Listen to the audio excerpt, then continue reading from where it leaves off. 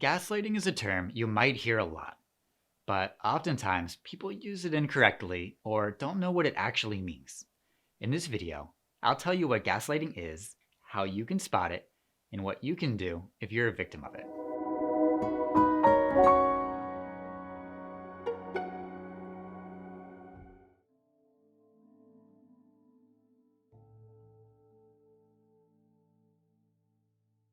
Gaslighting is a form of manipulation where, over a long period of time, often months or years, a gaslighter slowly leads their victim to believe that they can't trust themselves. So they have to trust the gaslighter instead. They do this by constantly telling the victim that they're wrong, misremembering, incapable, or crazy. With enough repetition, these messages actually start to stick. The victim begins to doubt themselves. They feel reliant on the gaslighter, who has painted themselves as the victim's savior, the smart, capable, and sane one. For a victim, this experience is disorienting.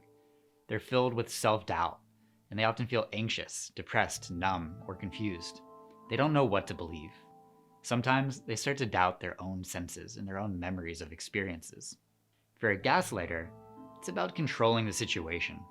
Gaslighters are often normal people with poor self-esteem, not some sort of evil mastermind. So, what does gaslighting actually look like in practice?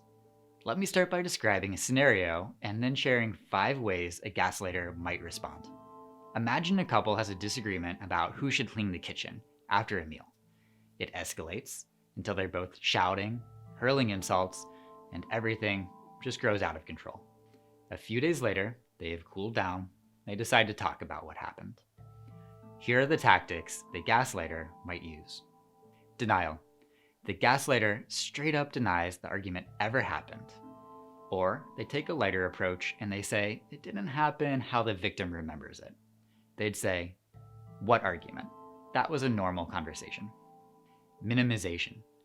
The gaslighter might claim shouting and insults are normal in relationships, and it's the victim's fault for being so upset. They'd say, "Yeah, we argued, but it wasn't a big deal. You shouldn't be so upset." Projection. The gaslighter turns accusations back around against the victim. They'd say, "You might have been upset and arguing, but I was perfectly calm. You need to learn to control your anger." Put downs. The gaslighter insults the victim to flip blame back around. They might say, "Wow, you really are bent out of shape about that little argument. You're way too dramatic." Threatening. The gaslighter threatens something bad happening if the victim doesn't go along with their way of thinking. They'd say, "If you keep being so dramatic, I'm going to leave. Then you can always clean the kitchen." Remember, gaslighting is not a one-time thing. These tactics are used day after day over the course of months or years. After being told hundreds of times that they're too dramatic, victims might slowly start to believe it. One quick note. So far, I've been talking about romantic relationships, but gaslighting can happen in any type of relationship, such as parents and their children, friendships, or at work. So, what if you're a victim of gaslighting? What do you do? It's important to remember that it's not your fault. Nothing you said, nothing you did, caused someone to gaslight you. And the good news is, you're not powerless. There are ways that you can rebuild the trust you once had in yourself. Here are a few ways to help you defend against gaslighting. First, keep a daily journal. Record what happens in your day, especially interactions with the gaslighter, so you can go back in the future and review events from your own perspective, rather than your gaslighter's perspective. And practice trusting what you wrote down, your own accounts of what happened. Second, set healthy boundaries. Boundaries are the rules and expectations you set in a relationship about what is okay and what is not. When it comes to gaslighting, this could mean making it clear you won't accept this form of manipulation.